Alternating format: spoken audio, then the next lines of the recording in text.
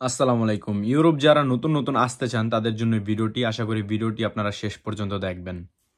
তো ইউরোপে যারা নতুন আসতে চান আপনাদের করণীয় কি এবং আপনারা কিভাবে আসলে আপনাদের জন্য ভালো হবে এবং সাথে কি নিয়ে আসলে আপনাদের জন্য বেটার হবে।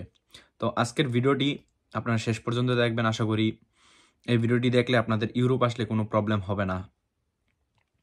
তো ইউরোপে যারা আসবেন সর্বপ্রথম হচ্ছে আপনাদের করণীয় যেটা, যদি আপনাদের কোনো আত্মীয়স্বজন থাকে তার সাথে যোগাযোগ করে আসবেন, যাতে আপনার আসলে যদি ভাষাগত সমস্যা থাকে তাইলে আপনি তার সাথে যোগাযোগ করে আসলে আপনার ভাষাটা নিয়ে কোনো সমস্যা হবে না, সে আপনার কাজগুলো করে দিতে পারবে যদি কোনো আত্মীয়স্বজন বা বন্ধু-বান্ধব থাকে।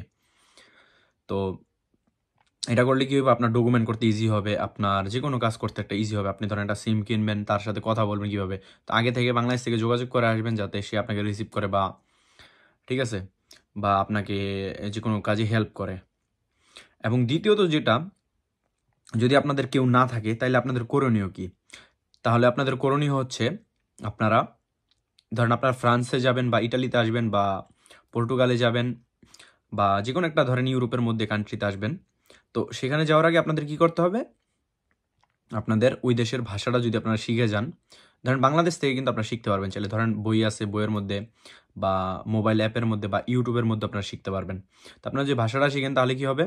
আপনাদের ওই দেশে গেলে আপনাদের যেকোনো কাজে যদি কোনো আত্মীয়স্বজন বা শুভাকাঙ্ক্ষী না থাকে তাহলে আপনারা নিজেরটা নিজে করতে পারবেন। তো এগুলো দ্বিতীয়ত।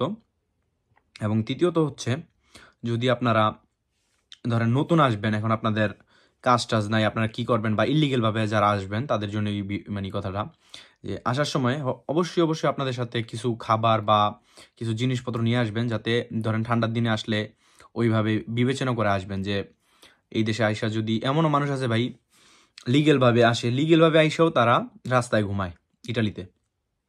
তো এই কারণে বলতেছি, আপনারা আসার আগে অবশ্যই চিন্তা ভাবনা করে নিজের মতো গোছ করে যে এইভাবে গেলে ভালো হবে, বা চেষ্টা করবেন যে আপনার পাশের এলাকার বা কোনো আত্মীয় স্বজন যে কোনো একজনের মাধ্যমে যদি আপনারা খোঁজ করে আসতে পারেন তাইলে তো অনেক ভালো হয়।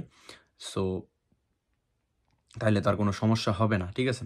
তো সব কিছু ভেবে চিনতে সুন্দরভাবে গুছিয়ে আসবেন, তাইলে আশা করি আপনারা যে কোনো দেশেই যান, ইটালি আসেন বা ফ্রান্সে যান, জার্মান যান, পর্তুগাল, যে কোনো একটা দেশে যান, আপনাদের কোনো সমস্যা হবে না আশা করি ইনশাল্লাহ। তো ভিডিওটা আশা করি আপনাদের ভালো লাগছে। এই ভিডিওটা দেখে আপনাদের কি মন্তব্য অবশ্যই জানাবেন। ভিডিওটা ভালো লাগলে অবশ্যই চ্যানেলটিকে সাবস্ক্রাইব করবেন। আর কে কোথা থেকে দেখলেন অবশ্যই কমেন্ট করে জানাবেন। আর এরকম নিত্য নতুন ভিডিও পেতে অবশ্যই বন্ধুদের সাথে শেয়ার করবেন।